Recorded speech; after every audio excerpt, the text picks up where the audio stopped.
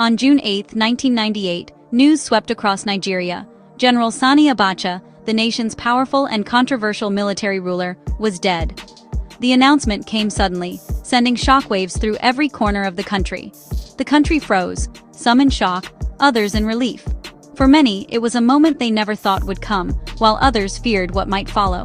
Abacha's iron grip had shaped every aspect of Nigerian life for nearly 5 years. His rule was marked by strict control, political repression, and a climate of fear. His sudden death left a stunned nation, uncertain and anxious. People wondered what would happen next, as the future seemed more unpredictable than ever. Markets closed, soldiers patrolled the streets, and rumors swirled. The usual rhythm of daily life was replaced by a tense, uneasy silence. Was it a coup? Would chaos follow? No one knew. The uncertainty was palpable, and fear of unrest lingered in the air.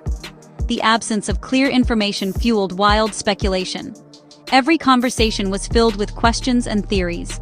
People whispered theories, filling the void left by official silence. In homes, markets, and on street corners, rumors spread quickly. Abacha's highly centralized rule meant there was no clear successor. The government was left scrambling to maintain order and control. The power vacuum was dangerous, and the nation braced for what might come next. Everyone waited, holding their breath, for the first signs of what the future would bring. In those tense hours, Nigeria's fate hung in the balance. The uncertainty was overwhelming, and hope mingled with fear. The death of General Abacha was more than a headline. It was a turning point. It marked the end of an era, and the beginning of a new, uncertain chapter in Nigeria's history. The government moved swiftly, holding a press conference to announce the cause of death. A sudden heart attack, they said, leaving little room for questions or debate. According to official reports, Abacha fell gravely ill at the presidential villa, the seat of power in Abuja, where he had spent his final hours. Medical teams were rushed in, and doctors fought desperately to revive him, but all their efforts proved futile. The official story was straightforward: natural causes, nothing suspicious, nothing to see beyond a tragic medical emergency. In keeping with Islamic tradition, his body was quickly flown to Kano and buried the very same day, with only a handful of people present at the funeral. The government hoped that this rapid response would put an end to rumors, reassure the public, and project an image of stability and control. But on the streets, many Nigerians were unconvinced, whispering among themselves and questioning the official version of events. Years of secrecy and repression under Abacha's regime had eroded public trust, making it hard for people to accept the government's word at face value. The speed of the burial, the absence of a thorough investigation, and the lack of clear details only fueled more suspicion and speculation.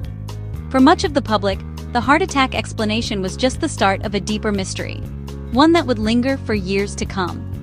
The official narrative, instead of bringing closure, only seemed to deepen the nation's doubts and questions about what really happened that day.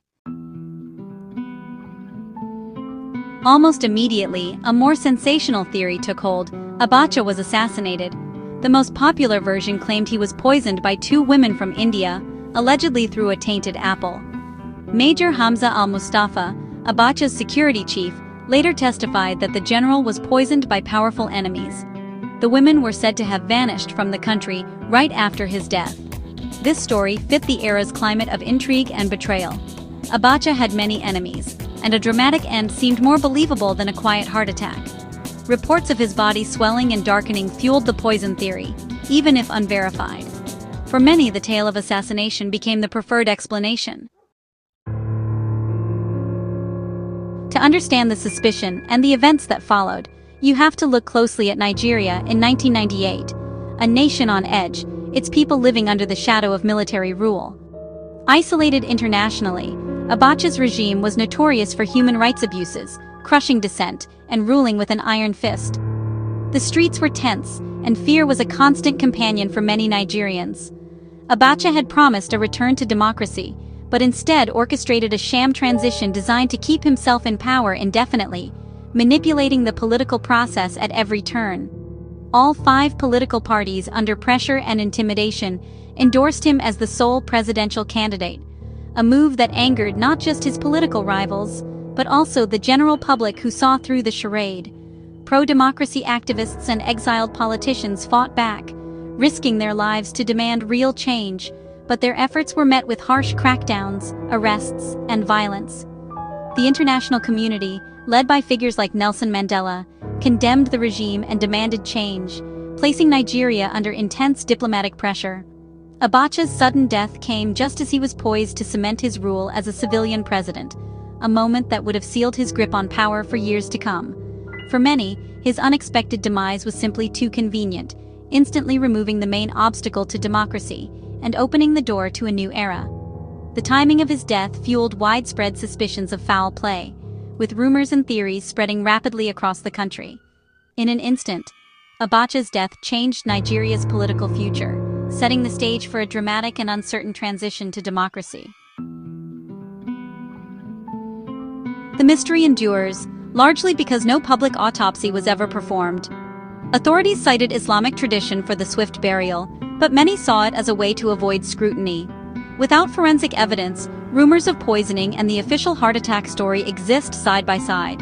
The new government had little interest in reopening the case, focused instead on stabilizing the country. The truth was buried with Abacha, leaving Nigerians to choose their own version of events. His death remains a symbol of an era marked by secrecy and distrust. The unanswered questions continue to shape Nigeria's political consciousness.